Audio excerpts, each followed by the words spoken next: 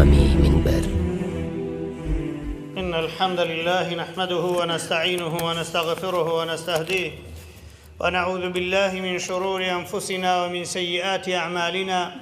من يهده الله فلا مضل له ومن يضلل فلن تجد له وليا مرشدا. أشهد أن لا إله إلا الله وحده لا شريك له، وأشهد أن سيدنا وحبيبنا وإمامنا محمدًا عبده ورسوله، صلوات الله وسلامه عليه وعلى آله وأصحابه ومن تبعهم بإحسان إلى يوم الدين.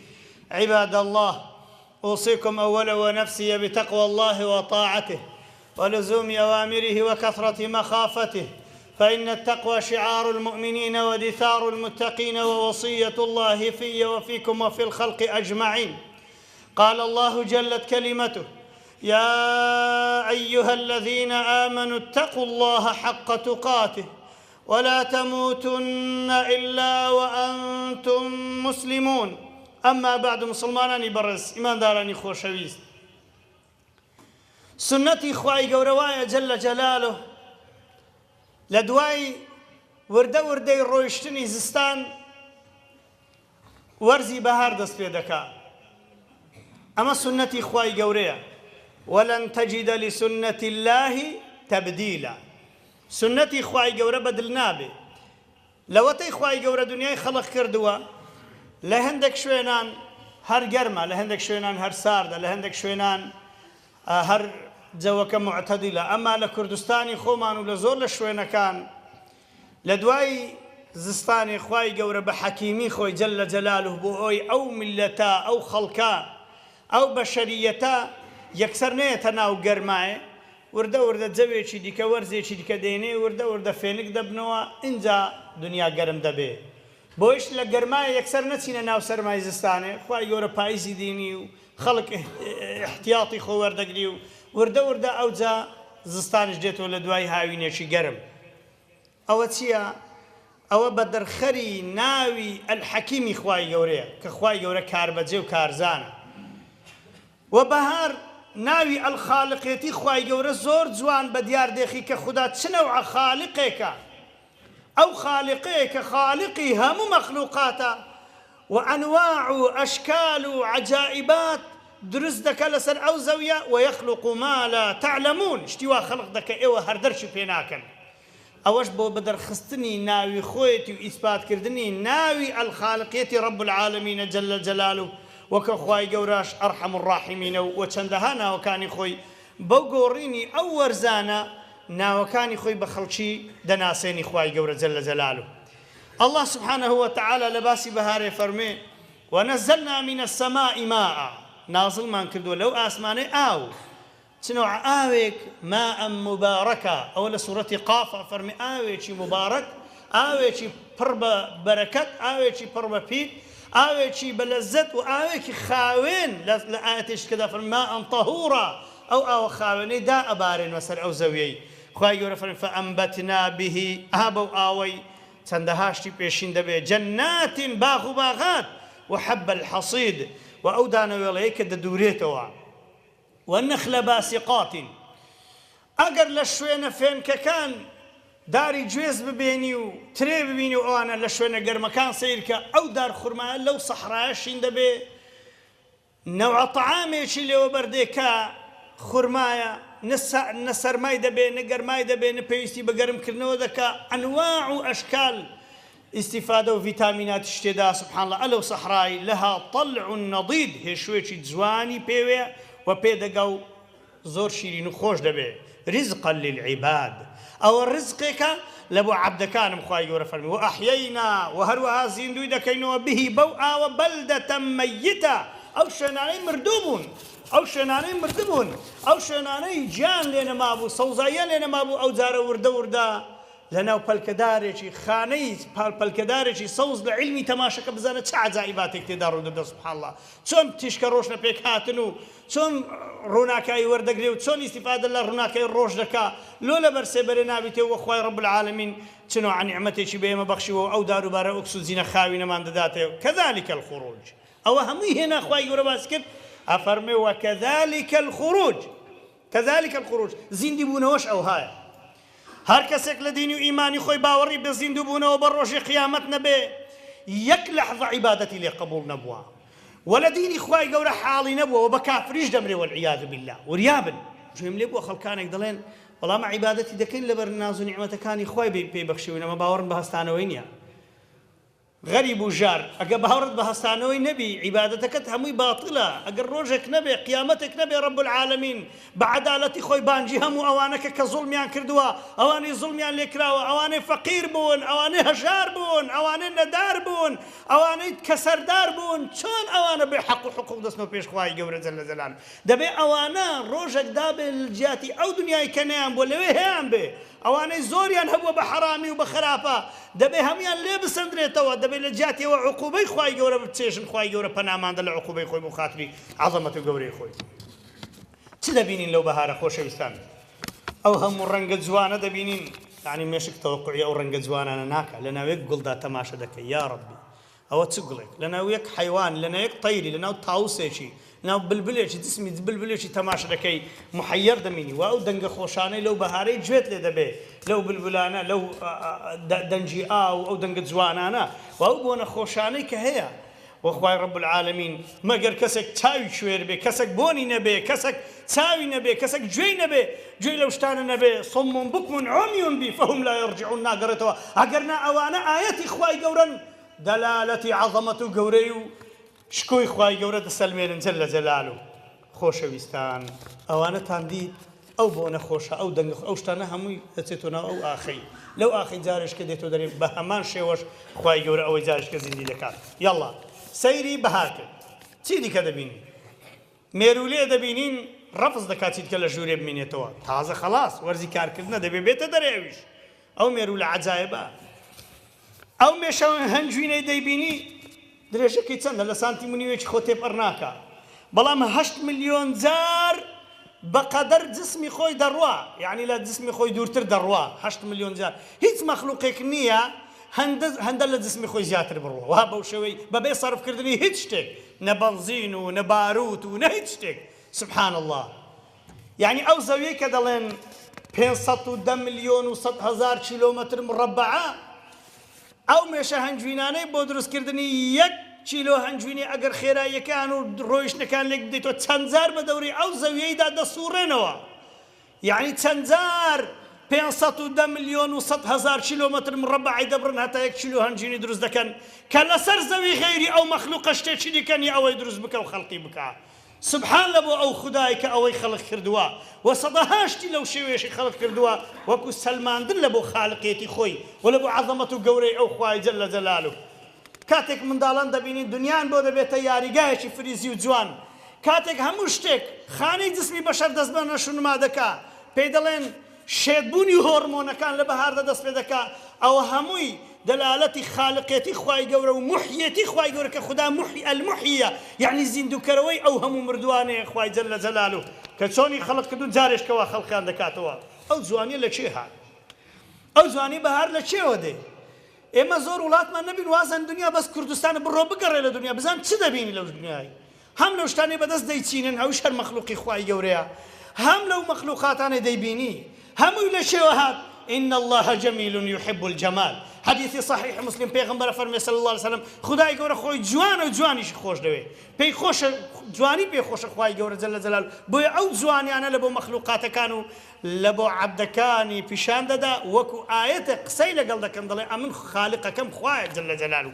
الله سبحانه وتعالى بەڕێزانم خۆشەویستان هاوین دیمەنێکە لە جەهەنەم کە خوای گەورە پیشانی بەشەری دەدا زستان دیمەنێکی زەمهەریری ساردی شوێنە ساردەکەی جەهەنەمە کە خوددا پیشانی دەدا بەهار دیمەنی قیامەتە خوای گەورە پیشانی ئینسان دەدا پاییز دیمەنی مەیدانی مەحشەرە کە ئینسان چ ئازوقەیەکی لە پاییزان خەڵک شتی خڕ دەکاتە لۆ زستانێ بزان چت کۆ کردوتەوە ئەوانە هەمووی چەند دیمەنێکن چەند مەشهەدێکن بۆ تێگەاندنی عەبدەکان لۆی بەعەقڵ خوای بپەرستێ و کەذلك الخروج زیندی بوونەوەش ئەو هایە لە ئاەتێکی دیکەدا خوای گەورە فەرمی واضرب لهم مثل الحياة الدنيا كماء أنزلناه من السماء فاختلط به نبات الأرض فأصبح هشيما تذروه الرياح وكان الله على كل شيء مقتدرا سورة كهف ئەفەرمی ئەو دنیاش هەر وەکو ئەو پاکەیە کە دێتە خوارێ و ئەو شتەی پێشین دەبێ و پاش ماوەیەکی هیچی نامێنێ، پاش ماوەیەکی دەڕوا، پاش ماوەیەکی خواحافیزی دەکا، پاش ماوەیەکی هیچ نەخانی و نەقسوور و نەماڵ و نەجوانی و نەجاحێری و نەسەیارە و هەمووت ڕۆیشت. لێرەدا قەسدی خوتبەی من ئەوەیە خۆشەویستان، ئەوە نییە ببیتان بینەوە بەهار چییە. من لێتان دەپرسم ئێوە کە بوون خدا پرسی پێکردن؟ نەئەبەد. ئێوە کە دەمرن خدا پرستان پێ دەکا؟ ئەبەدەن نەخێر. ئەو دنیایە کە خەڵق کرد پرسی بە ئێمە کردووە خوای گەورە؟ نەخێر. ئەو بەهار و زستان و پاییز و هاوینە کە دێت ڕەب العالەمین پرست پێ دەکا؟ نەخێر.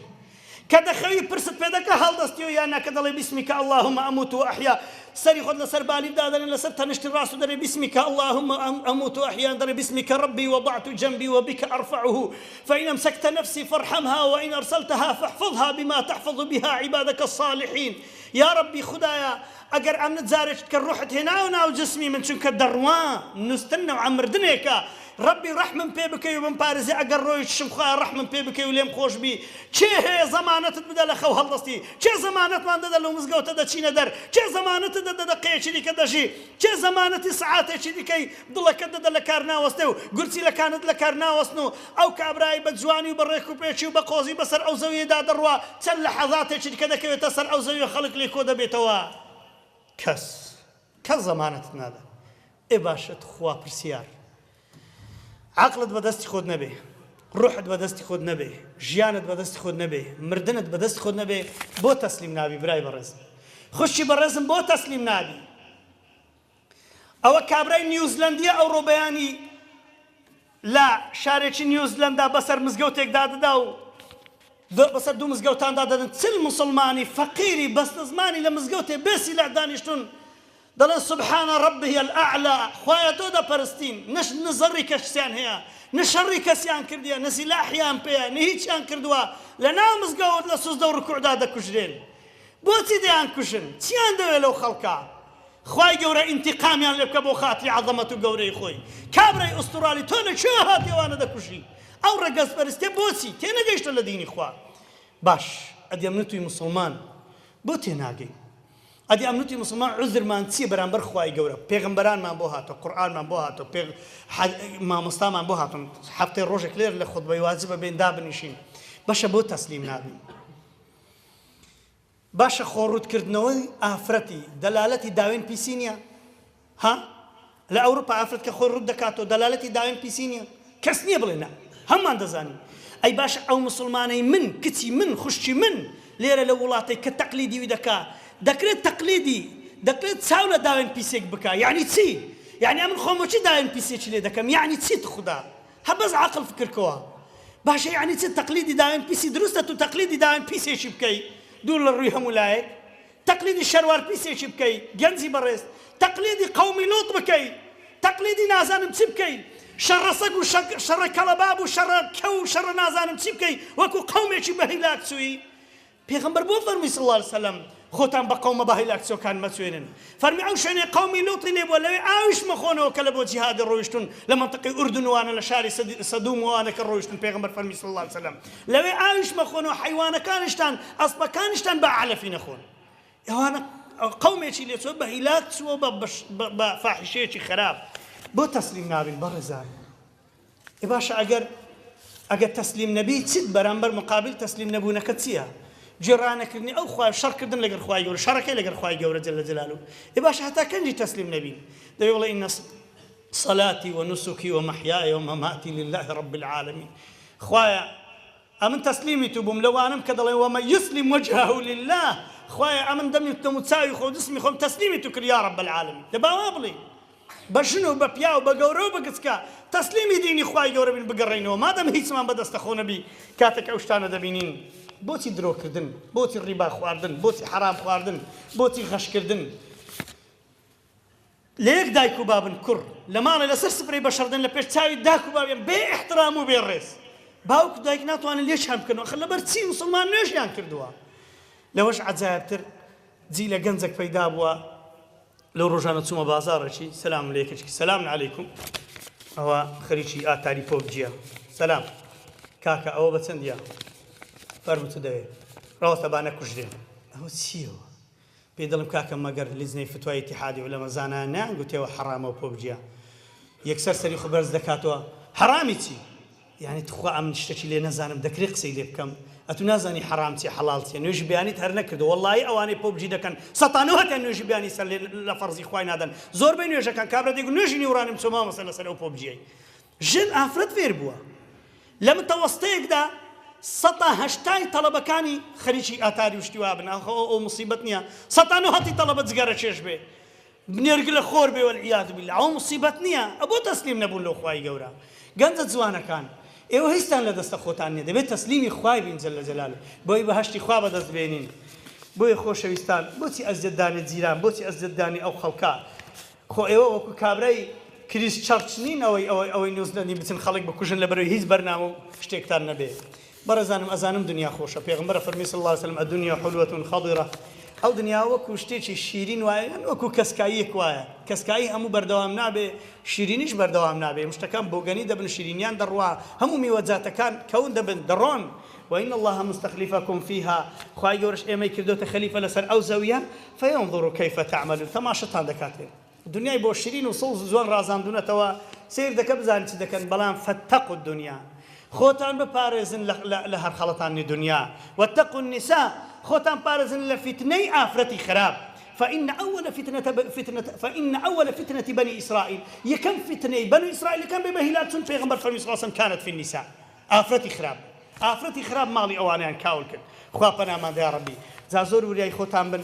خوای گەورە ڕقی لە فەوضایە رب العالمین کەیفی بە فەوضا نایە شتی بێسەروبەر نایە وەکانە ئەمڕه فڕوتا بێدینان دایمەن ئیشان بێسەروبەرن حتى خوای گەورە تەماشای سەفی خوار ناکە لە نوێژی ها لۆ نوێژێ بەرامبەر خودای ڕاوەستاینە مادەم بە خواری ڕابەست خوای گەورە پێغەمبەر فەرمی صلی الله علیه وسلم خوای گەورە تەماشای سەفی خوار ناکە دەبێت سەفەکانتان ڕاستکەن و هەروەها خوای گەورە کەیفی وەشتی پیس نایە و خوای گەورە کەیفی بە ئیسراف نایە لەمە دووە دەست نەدەرێ لە بۆ بەهارێ لەمە دووە ئینسان نەفسی ئینسان حەز دەکە بچێتە دەرێ بەڵام نەک هەموو ڕۆژێ نەک هەموو هەفتان نەک هەموو عوتڵان نەک مستەمر نەک ئەو پارەی سەرف دەکەی هیچی نەکەیتە خێر ئەو معاشەی کە چاک بووە خوا بەردەوامی کە و بە ڕەحمەت بێ حرام و ژەهرەماریش بێ لەوانەی بندیوار و لەوانەی بێ دەوام وەری دەگرن ژەهرەمار بێ سەرەتان بێ لەوانەی بە خراپی وەردەگرن سەرەتان بێ لەوانەی بە تەوقیعی ئەوانیش وەردەگیرێ سەرەتان و جەرگ خرابون بێ لەوانەی کەوا بەنا حەق وەری دەگرن بەبێەوەی حەقیان بێ وەری دەگرن خوا پەنامان یا رەبی ئیسراف خدا حەزی لە ئیسراف نییە خدا حەزی لە دزی نییە خدا حەزی لە شتە پیسارە نییە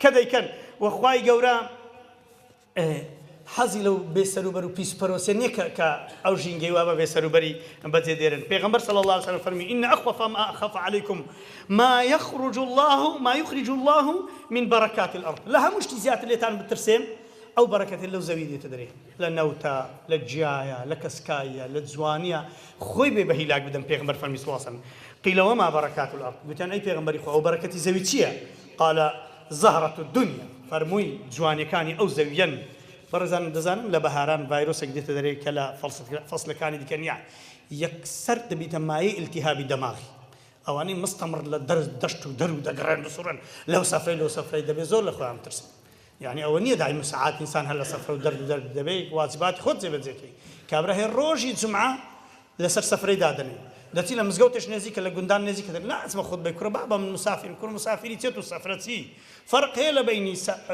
گەشتیار و لە بینی و کەسەی دەستە سەفرە لە بینەوەی سەفەرێ دەکات کەواتە لەگەڵ هاتنی بەهار خۆتان لەو شتانە بپارێزن و وریای ئەو هۆرمۆناتانە بن جنسی بەشەرەکان فول دەبێت حرام ئینسان خۆ لە حرامی دوور بکە و چۆن خۆ لە ماڵی حرام دوور بکە خۆ لە ممارەسەی جنسی حرامیش دوور بکە خوای گەورە لە قورئانی فەرمی فەلينظر الإنسان إلى طعامه دائم کە خواردنەکەت هاتە پێش بسم الله بکەورێ بسم الله اللهم بارك لنا فيما رزقتنا وقنا عذاب النار شکرانەی لەسەر بکەن لە جیاتی کوفرانەی بکەن لە جیاتی فڕێ بدەن لە جیاتی هەر یەکەی بەشی نەفرێک بەشی 100 کەسی بخۆ فڕێ بدا و پێغمبەری صلی الله عليه وسلم زۆربەی عولەما فەرمون لە طبعا لە ڕەبیع الأول لە دایک بووە فەرمون لە بەهارێ لە دایک بووە پێغمبەر صلی الله عليه وسلم ئەوەش نیشانەی زیندووبوونەوەی حیاتە لەگەر هاتنی پێغمبەر صلی الله عليه وسلم کەواتە لە خودبەی دووەم هەندێک ئادابیت کە باز دەکەین یا ربی خدایە بۆ خاتری عەزەمەت و گەورەی خۆت لە ئینسانە چاکەکانمان دابنێ یا ربی خدایە بۆ خاتری عەزەمەت و گەورەی خۆت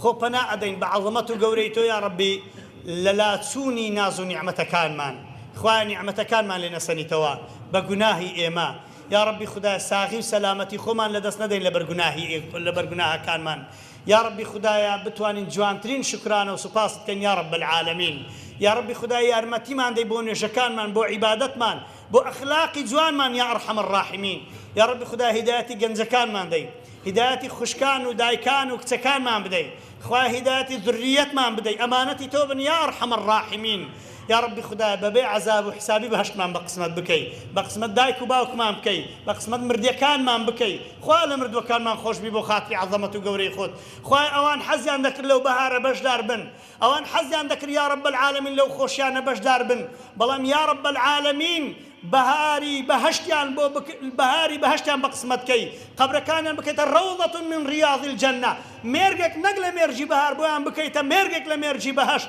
وەخوایە قەبرەکانی ئێمەش بکەیتە مێرگی بەهەشت بۆ خاتری عەظەمەت و گەورەی خۆت ئەقول قولي هذا واستغفر الله لي ولكم استغفروه إنه هو الغفور الرحيم